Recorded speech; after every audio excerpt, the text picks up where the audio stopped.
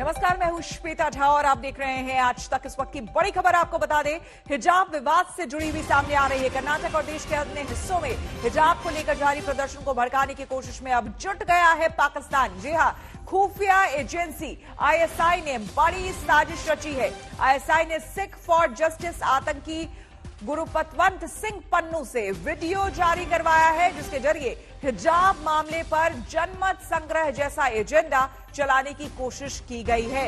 इस साजिश का खुलासा हो गया है। दिल्ली, राजस्थान, उत्तर प्रदेश, बिहार और पश्चिम बंगाल जैसे जिन राज्यों में मुस्लिम आबादी ज्यादा है, वहां आईबी ने अलर्ट कर दिया है। हिमांशु मिश्रा हमारे संवाददाता हमारे साथ जुड़ गए हैं ज्यादा जानकारी के साथ। हिमांशु, और क्या कुछ जानकारी निकलकर सामने आ रही है?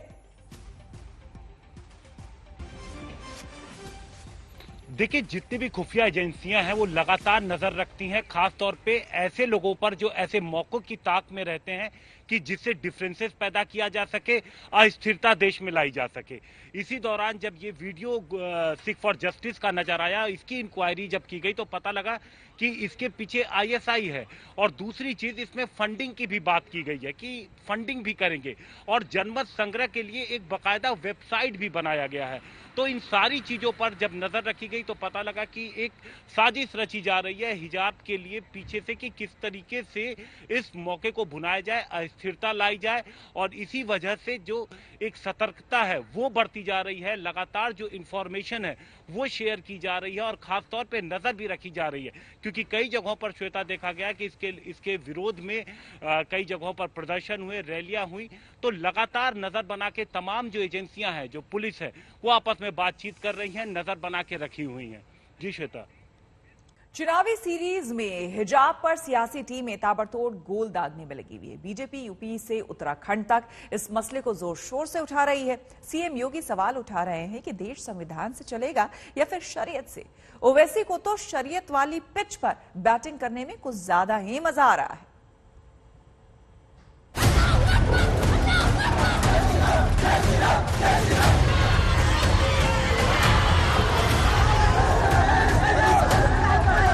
हिजाब पर ये हंगामा जितना गहरा और तीखा हो रहा है, राजनीति के लिए असर का दायरा भी उतना ही बड़ा हो रहा है। यूपी के सीएम योगी आदित्यनाथ कह रहे हैं, देश संविधान से चलेगा, शरीयत से नहीं।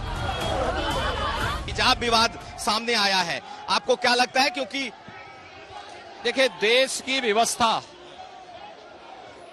संविधान से चलेगी। भारत का संविधान हर एक व्यक्ति को उसके मौलिक अधिकार के साथ साथ मौलिक कर्तव्यों का भी एहसास कराता है।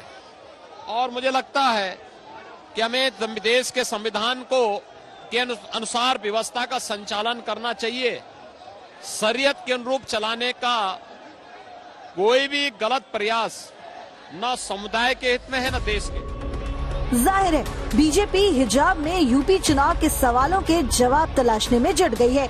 ये तलाश सधे और सतर्क अंदाज में हो रही है, लेकिन ओवैसी का गेम प्लान सीधा और खुला हुआ है। वो हिजाब वाले विवाद में खुलकर बल्ला चला रहे हैं।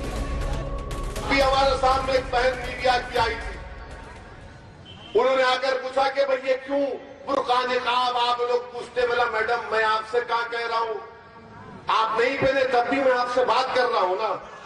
मैंने तो ये नहीं कहा कि तुम बुखार हिजाब पहनकर मेरा इंटरव्यू लो। आप भाई, आप नहीं पहनना है मत पहनिए, मगर जो पहन रहे आपको पेट में क्यों दर्द हो रहा है? आपके पेट में क्यों दर्द हो रहा है? ये बीजेपी के पेट में क्यों दर्द हो रहा है? आपको दर्द हो रहा है आपको। अजीब और मुश्किल स्थिति में फंस गए हैं अखिलेश। हिजाब की गांठ गहरी फंस गई है, ना निगलते बन रहा ना उगलते। जब भी सवाल होता, बचकर निकलने की कोशिश करते साफ साफ दिख जाते हैं।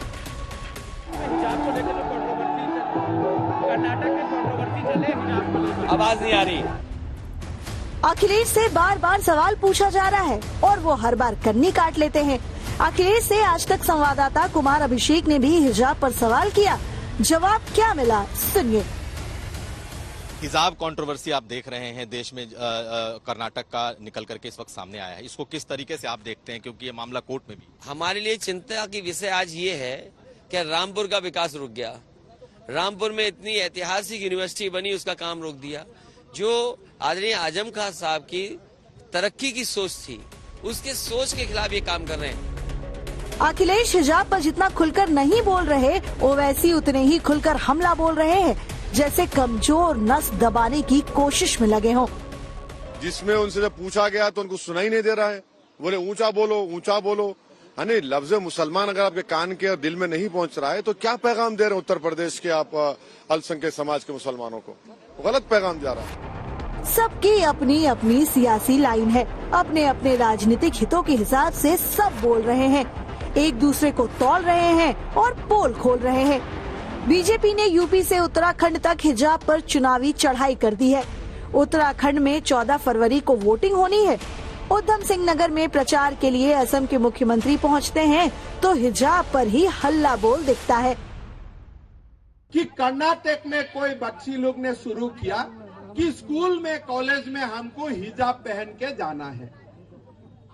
मेरा कोई आपत्ति नहीं है, आप जो भी पहने, लेकिन आप अगर स्कूल में कॉलेज में हिजाब पहन के जाते हैं तो कल हिंदू भाई लोग बोलेगा हम भी कोई ड्रेस पहन के जाएगा, कोई कल क्रिश्चियन लोग बोलेगा हम भी कोई ड्रेस पहन के जाएगा। अरे भाई, कॉलेज और स्कूल पढ़ने के लिए होता है, वो फैशन शो के लिए नहीं होता है। हिजाब विवाद यूपी चुनाव में भी एंट्री मार चुका है। अखिलेश इस पर बोलने से बच रहे हैं तो वैसे ही पूछ रहे हैं कि अखिलेश चुप क्यों हैं? कर्नाटक में हिजाब को लेकर तो कंट्रोवर्सी है। कर्नाटक में हिजाब को लेकर तो कंट्रोवर्सी है। आवाज नहीं आ रही, आवाज नहीं आ रही। कर्नाटक में हिजाब को लेकर तो कंट्रोवर्सी है। कर्नाटक में हिजाब को लेकर तो कंट्रोवर्सी है। आवाज नहीं आ रही, आवाज नहीं आ रही। उनसे जब पूछा गया तो उनको सुनाई नहीं दे रहा है, बोले ऊंचा बोलो ऊंचा बोलो।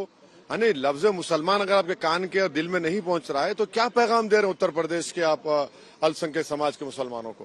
गलत पैगाम जा रहा है।